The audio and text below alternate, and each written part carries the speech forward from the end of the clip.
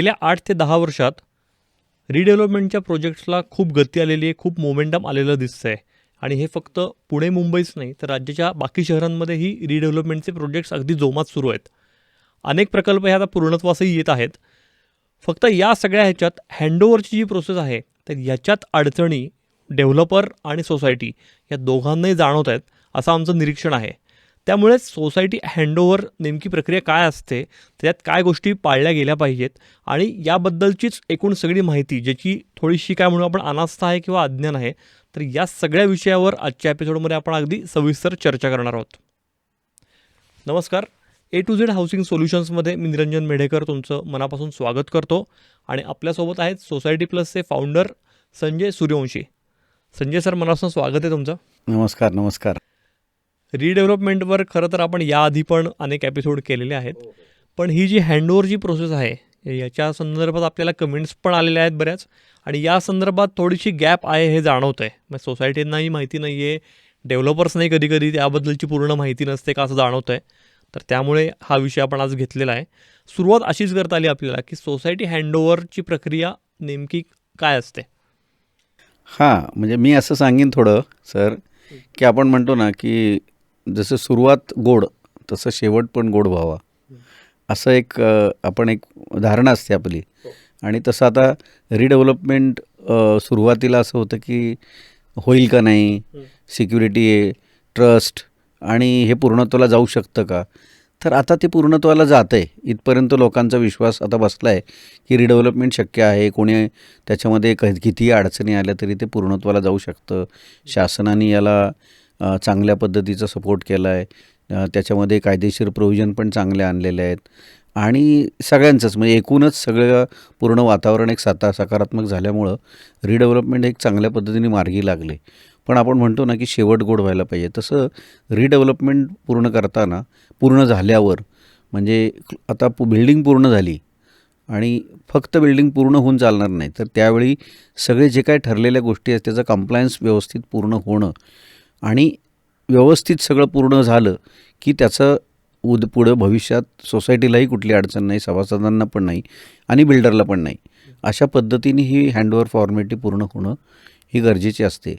आणि ही काय असते तर ह्याच्यामध्ये ज्यावेळी सोसायटी आणि डेव्हलपर एकत्र येऊन त्यांनी त्यांच्यामध्ये एक डेव्हलपमेंट ॲग्रीमेंट आणि पॉवर ऑफ अटर्नी अशी केली, म्हणजे विकसन करारनामा म्हणतो की बाबा दोघांमध्ये अटी आणि शर्ती ठरल्या की ही बिल्डिंग परत डेव्हलप करण्याचे आम्ही तुम्हाला अधिकार दिलेत आणि त्या अधिकाराप्रमाणे तुम्ही नवीन इमारत बांधा, आम्हाला आमचे फ्लॅट द्या आणि तुम्ही तुमचे नवीन फ्लॅट विका. अशी ही जी काही ॲग्रीमेंट ठरलं होतं त्याच्याप्रमाणे बिल्डरनी सर्व कंप्लायन्स पूर्ण म्हणजे सगळं पूर्ण करून जबाबदारी घेऊन आता बिल्डिंग पूर्ण झाली आहे, इथपर्यंत आपण पोचलेत.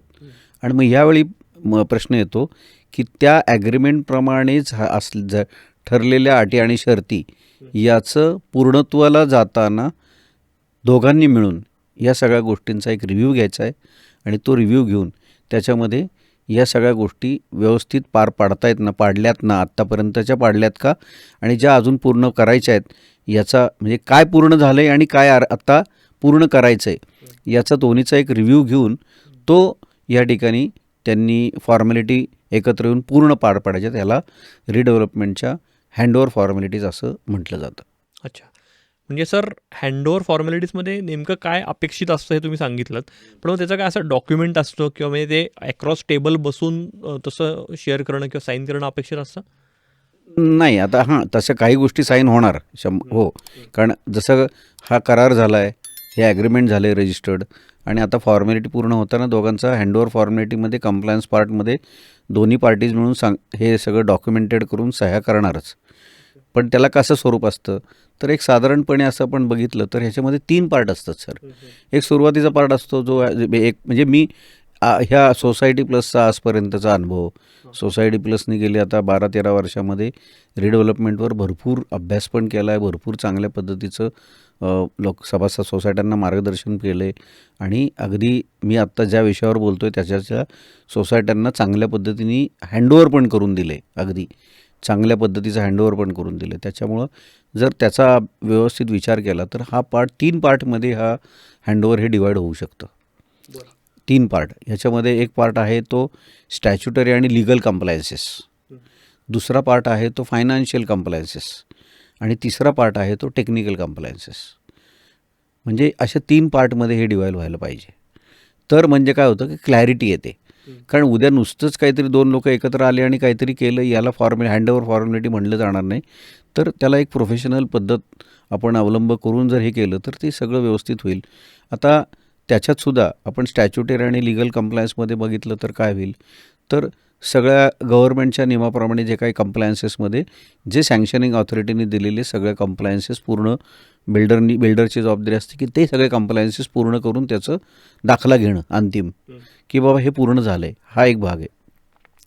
त्याच्याबरोबर सेकंड पार्ट जो आहे स्टॅच्युटरी कंप्लायन्समध्ये नवीन बिल्डिंग होणार आहे, जुने मेंबर आणि आता नवीन मेंबर वाढतील, तर त्या नवीन मेंबरचं पण एक सँक्शन जे असतं, म्हणजे याचं त्यांना मेंबरशिप देण्यासाठी लागणारे कॉपरेटिव्ह रिलेटेड कंप्लायन्सेस असतील, सोसायटीचे कंप्लायन्सेस असतील, म्हणजे सोसायटीची मीटिंग घेणं, त्याच्यामध्ये त्याला अप्रुव्हल देणं, त्यांची सगळ्या गोष्टी, हा दुसरा भाग आहे की ह्या पण गोष्टी त्याच्यामध्ये असू शकतात.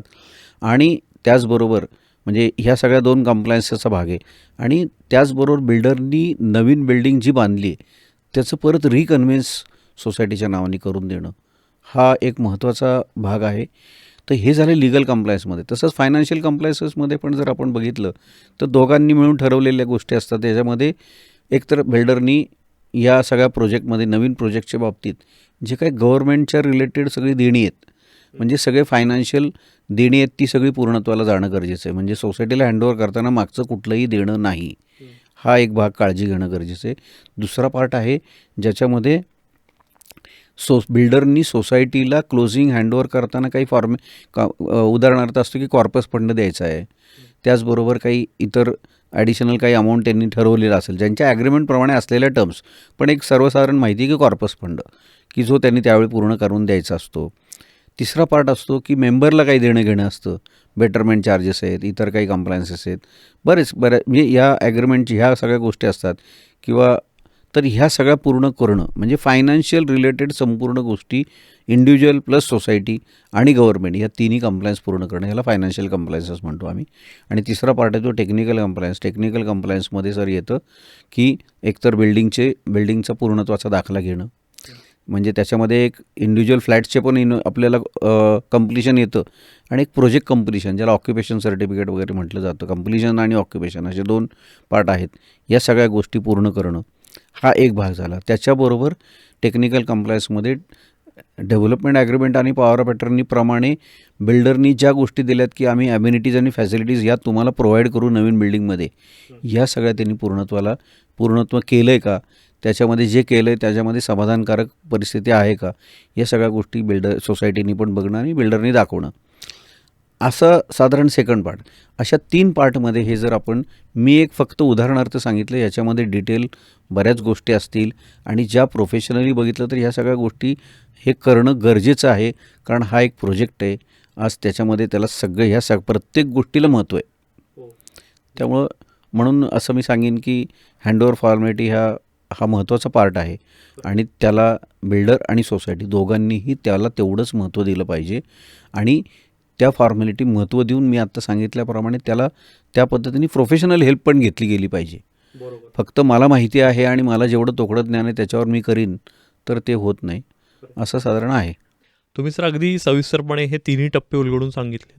तर मग प्रश्न असा येतो की हँडओव्हरची जी प्रक्रिया आहे या संपूर्ण प्रक्रियेला किती कालावधी लागतो किंवा लागणं अपेक्षित असतं? हां, म्हणजे मी असं सांगेन का, म्हणजे पहिलं तर त्यांनी त्याचा कालावधी पूर्ण करायचा असतो. जो प्रोजेक्ट पूर्ण किती वेळात करणार आहे, जो काय पिरियड ॲग्रीमेंटप्रमाणे दिला आहे त्यावेळी त्यांनी पूर्ण करणं आणि तो पूर्ण केल्यानंतर कंप्लिशन आल्यानंतर सगळ्या मेंबरला फ्लॅट ताब्यात देणं, त्या जुन्या आणि नव्या ह्या सगळ्यांना, म्हणजे त्यातला हा पहिला पार्ट झाला. ते झाल्यावर म्हणजे मग सगळ्या ह्या आत्ता आपण ज्या सांगितलेल्या फॉर्मॅलिटीज पूर्ण करताना सगळ्या फॉर्मॅलिटी पूर्ण करणं आणि सगळ्यात शेवटी म्हणजे क्लोजिंग विल बी की रिकन्व्हेन्स ऑफ न्यू स्ट्रक्चर.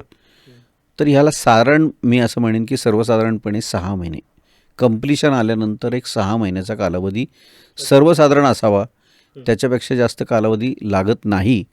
पण काही सोसायटी आणि डेव्हलपरमधलं जर काही ठरलं तर हा पिरियड एक्सटेंड त्याला करू शकतात.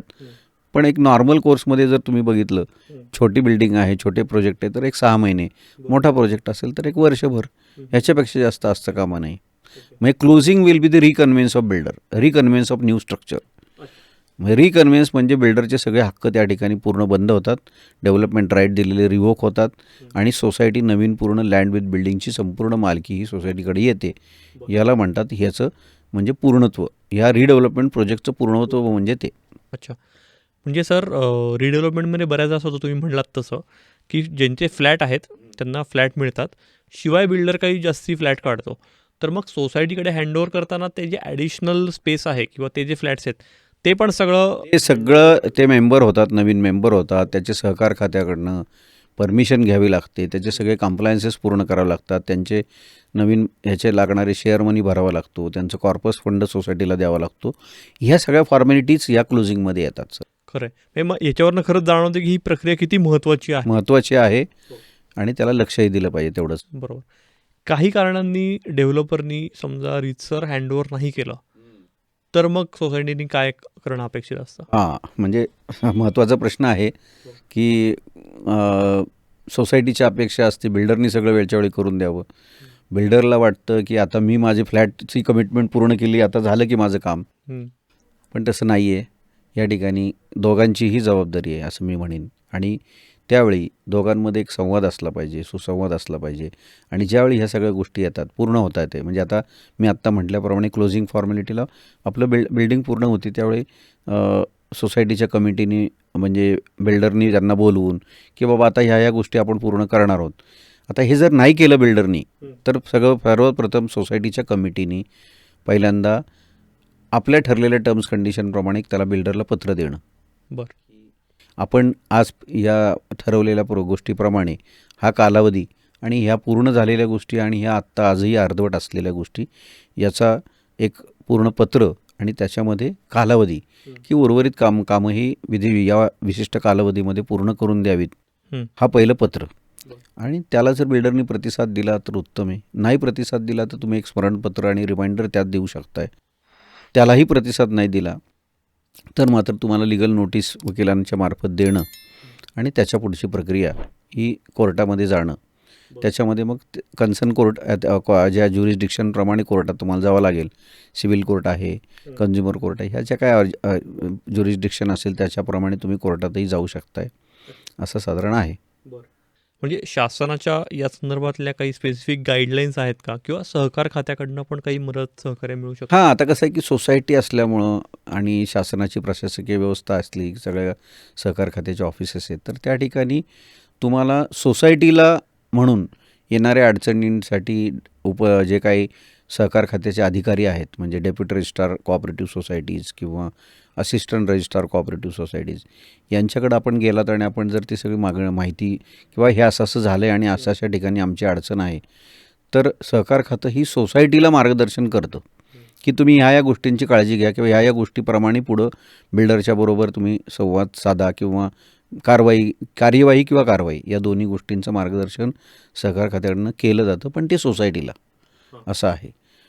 म्हणजे याच्यावर पण मी म्हणेन की अजूनही शासनाकडनं ह्याच्या काही विशिष्ट काही महत्त्वाच्या गाईडलाईन आहेत का किंवा त्याची काही मार्गदर्शिका आहे का, तर तसं ओव्हरऑल नाही आहे आत्ता काही तसं, म्हणजे तसं नाही आहे.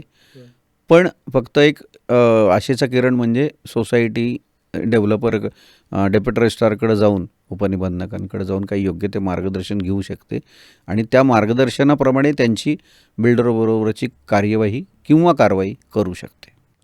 बरोबर. सर, तुमचं म्हणजे सोसायटी प्लसचं ग्राउंड वर्कही खूप आहे, तर मग सध्या जे प्रोजेक्ट पूर्ण झालेत रिडेव्हलपमेंटचे किंवा होत आहेत, होण्याच्या टप्प्यात आहेत, तिथं काय चित्र दिसते नेमकं तुम्हाला?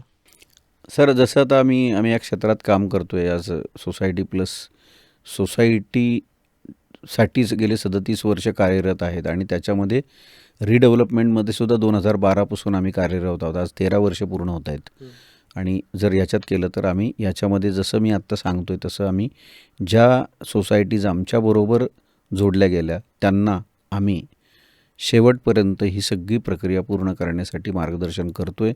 सोसायटी प्लसनी आत्ता 5 प्रोजेक्ट आहेत की ज्याचं अशा पद्धतीने त्यांना पूर्ण करण्यासाठी संपूर्ण सोसायटीला मदत करते आहे, मार्गदर्शन करतं आहे. आणि तसंच आत्ता ह्या वर्षात पण अजून एक 5 सोसायटी जीव घातल्यात, त्यांनाही आम्ही याच पद्धतीने आत्ता तुम्हाला जसं सांगतो त्याप्रमाणे आम्ही मार्गदर्शन करतो आहे. आणि आम्ही पण एक ठरवतो की माझी एक म्हणजे आपण एक सोसायटीच्या बरोबर झालेल्या काय म्हणतात ना की कराराप्रमाणे एक मार्गदर्शन करणं हा एक कामाचा भाग झाला. पण त्याच्याबरोबर एक सोसायटी प्लस असंही करतं आहे की एक सोशल रिस्पॉन्सिबिलिटी आहे. आज ही काळाची गरज आहे. आज सोसायट्यांना योग्य मार्गदर्शनाची गरज आहे. तर त्या ठिकाणी आम्ही असे मार्गदर्शन पण करतो आहे. आम्ही सेमिनार घेऊन पण यामध्ये सोसायट्यांना फ्री मार्गदर्शन करतो आहे. सोसायटी प्लस हँडओव्हरमध्ये या सगळ्या गोष्टीमध्ये त्यांनी एक प्रोफेशनली पूर्ण एक सर्व्हिस डिझाईन केली आहे. आणि त्या सर्व्हिसेसमध्ये अनुभवाप्रमाणे आत्तापर्यंत आधी आम्ही केलं आहे. आणि मग आता आम्ही सांगतो आहे की येस आम्ही हे प्रोफेशनली तुमचा प्रोजेक्ट हँडओव्हर करून देऊ शकतो. असं साधारण आत्ता सोसायटी प्लसचं हे आहे. आणि सोसायटी प्लसला तुम्हाला सांगायचं तर हँडओव्हरसाठी स्पेशली आम्हाला बोलवलं जातं आहे. कारण आमचा ह्याच्यामध्ये कामाचा हातखंडा आहे. आमच्याकडं ह्याच्यातलं प्रूव्हन सोल्युशन्स दिलेलं आमच्याकडं केसेस आहेत. आणि ते सक्सेसफुली आम्ही अडकलेल्या प्रोजेक्टमध्ये बिल्डर आणि सोसायटी यांच्यामध्ये एक दुवा म्हणून काम करून आज सोसायटी प्लसनी सक्सेसफुली प्रोजेक्ट हँडओव्हर करून दिलेले आहेत. अगदीच. म्हणजे तुम्ही म्हटलं तसं 2012 तुम्ही रिडेव्हलपमेंटच्या प्रोजेक्ट्सवरही फोकस केलेला आहे. तुम्ही बोलताना म्हटलात की 5 प्रोजेक्ट्स हँडओव्हर सध्या सुरू आहे त्या प्रक्रियेत. 5 झाले आणि 5 आहेत. म्हणजे टोटल 10चा साधारण आमचा सोसायटी प्लसचा आकडा आहे. आणि सोसायटी प्लस अशी पहिली संस्था आहे मी सांगीन ज्यांनी PMC केल्यानंतर त्यांचे प्रोजेक्ट पूर्ण होऊन लोक राहायला गेलीत. मी असं सांगीन अजून उर्वरित PMC हे सुरुवातीची कामं करतायत असं मी सांगेन. मी म्हणत नाही. सोसायटी प्लस ही संस्था आहे की ज्यांचे प्रोजेक्ट पूर्ण होऊन आज लोक राहायला गेलेत अशा म्हणजे संस्था आहेत. अशा काही जर केस स्टडी सांगता येतील की? हो, अशा केस स्टडीज आहेत. मी सांगेन तर डहाणूकर कॉलनी लेन नंबर 1मध्ये अमन निवास सोसायटी आहे.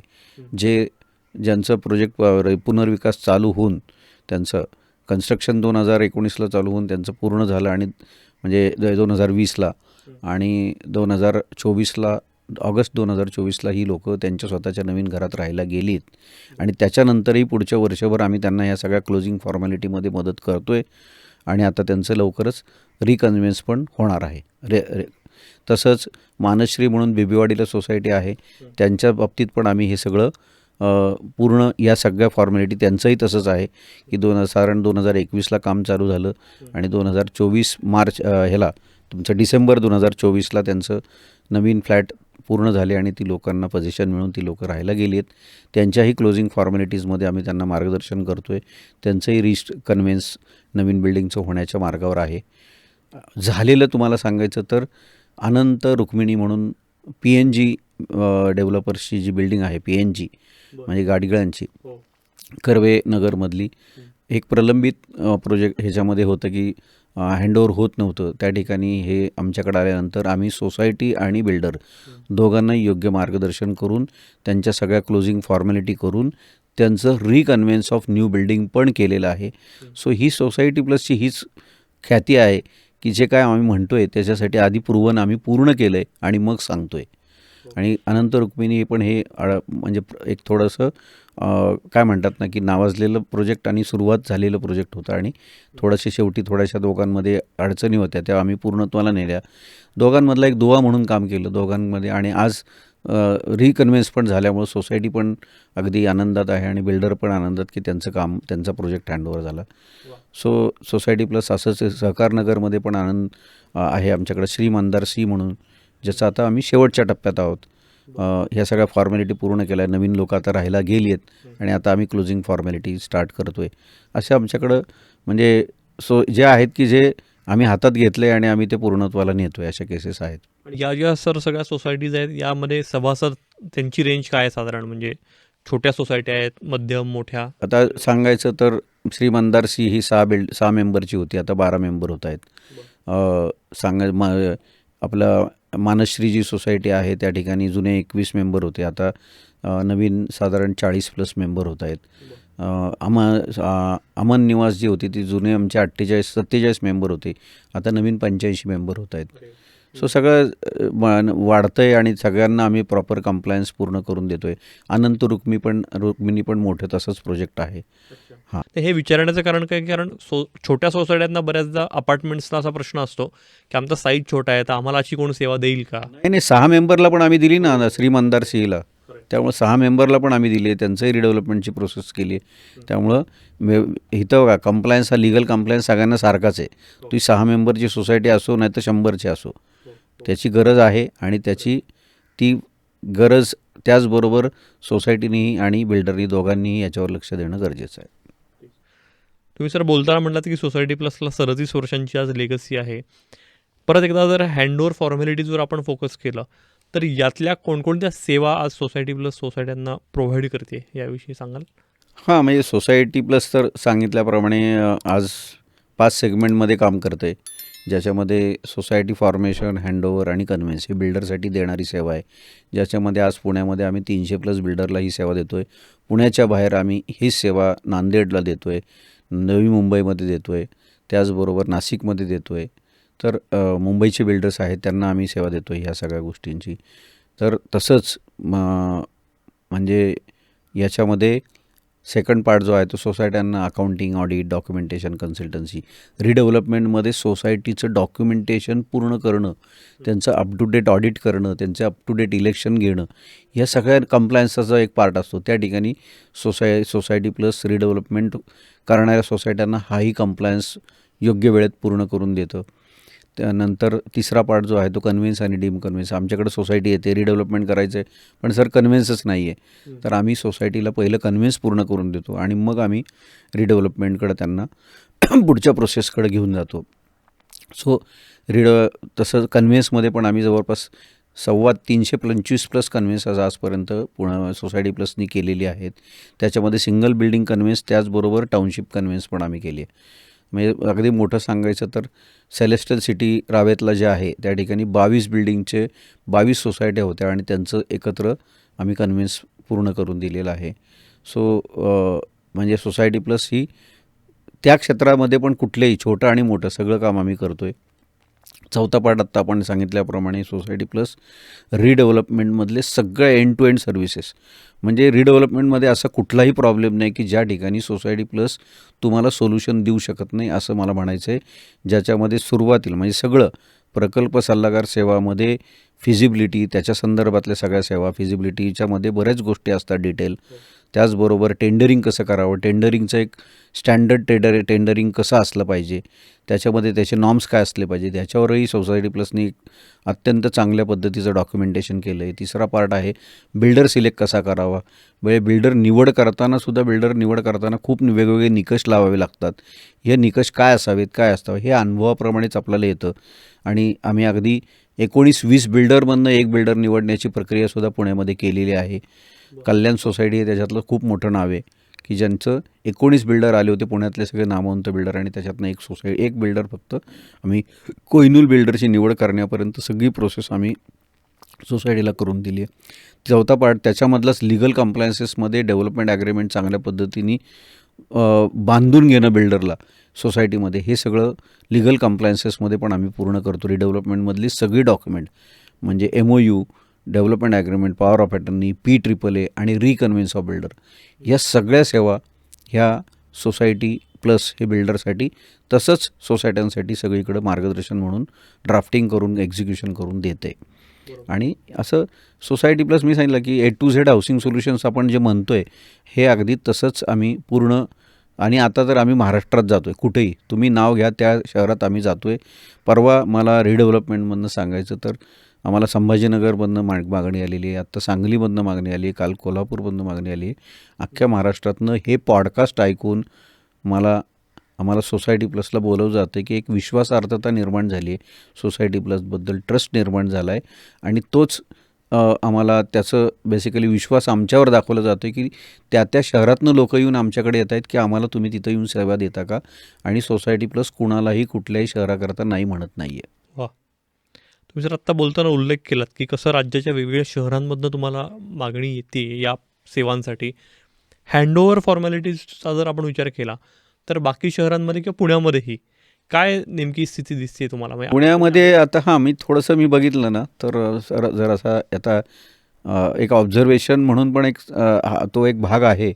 तसं बघितलं तर फार थोड्या सोसायट्या आहेत की ज्यांचं व्यवस्थित हँडओव्हर होतं आहे. बऱ्याच ठिकाणी असं दिसतंय की सोसायटी म्हणजे हँडओव्हर कसं घ्यावं हे सोसायट्यांमध्ये पूर्ण माहिती नाही आहे. आणि बिल्डरकडं पण आहे की बिल्डरचं वाटतं की बिल्डरला प्रोजेक्ट रिडेव्हलपमेंट ही नवीन कन्सेप्ट आहे ना, त्यामुळे त्यांनाही त्याच्यातलं पूर्ण हँडओव्हरचं काय करायला पाहिजे याच्याबद्दल पूर्ण माहिती आहे का नाही आहे. काही ठराविक बिल्डर आहेत की ज्यांना माहिती, कारण त्यांचं आता त्यांना याच्यात येऊन 10-10, 15-15 वर्ष झाले. असे बिल्डरला थोडंसं त्यांचा कम्प्लायन्स बरोबर होतो आहे. पण नवीन आज बघतो की नवीन रोज डेव्हलपर याच्यात येतात आणि याच्यामध्ये हँडओव्हर कसं करावं याच्यामध्ये पूर्ण क्लॅरिटी बिल्डरला पण नाही आहे. आणि ह्याचा एक थोडासा जर अभ्यास केला तर मग ते आपण म्हणतो ना की 100% चांगल्या पद्धतीने हँडओव्हर व्हायला पाहिजे का, तर किंवा एक प्रोफेशनल हँडओव्हर व्हायला पाहिजे का, तर आज मात्र तशी परिस्थिती नाही आहे असं माझं ऑब्झर्वेशन आहे. एक आपल्याला करायचं म्हणून किंवा आता चला बाबा काय बिल्डरच्या मागं लागलो आहे आणि बिल्डरकडनं आपण थोडंसं ज्या गरजेच्या गोष्टी तेवढ्या पूर्ण करून घेऊ आणि आपलं ताब्यात घेऊ असं होतं आहे. तसं न होता हे आत्ता आपण जसं बोललो अशा पद्धतीने एक professional handover with all compliance, with statutory and legal compliance, with financial compliance आणि विथ टेक्निकल कम्प्लायन्स असं 100% हँडओव्हर व्हायला पाहिजे. तसं मात्र होत नाही आहे. अशी आजची व्यथा आहे. आणि ही व्यथा फक्त पुण्यापुरती नाही आहे सर, ही व्यथा मुंबईला आहे, ही व्यथा नवी मुंबई, तीच व्यथा ठाणे, ह्या तर महत्त्वाच्या सिटीज आहेत. आणि आता नवीन ठिकाणी पण सुरुवात होती आहे. नाशिकमध्ये पण चांगल्या पद्धतीने रिडेव्हलपमेंट आता वाढीस लागलं आहे.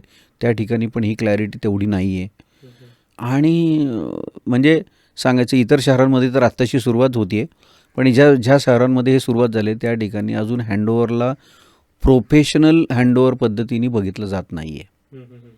आणि ते बघणं गरजेचं आहे का? हो, अन्यथा प्रॉब्लेम्स वाढत जातील.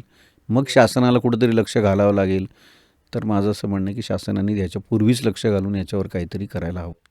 शेवटचा प्रश्न सर एक्झॅक्टली हाच आहे की ओव्हरऑल रिडेव्हलपमेंट हँडओव्हर प्रोजेक्ट संदर्भात शासन पातळीवर काय निर्णय होणं किंवा काय पावलं उचलणं त्यांनी अपेक्षित? आता एक आहे की शासन रिडेव्हलपमेंटवर खूप चांगल्या पद्धतीने फोकस करतं आहे. मग रेग्युलर रिडेव्हलपमेंट असू द्या, सेल्फ रिडेव्हलपमेंट असू द्या, दोन्हीकडं फोकस केलं जातं आहे.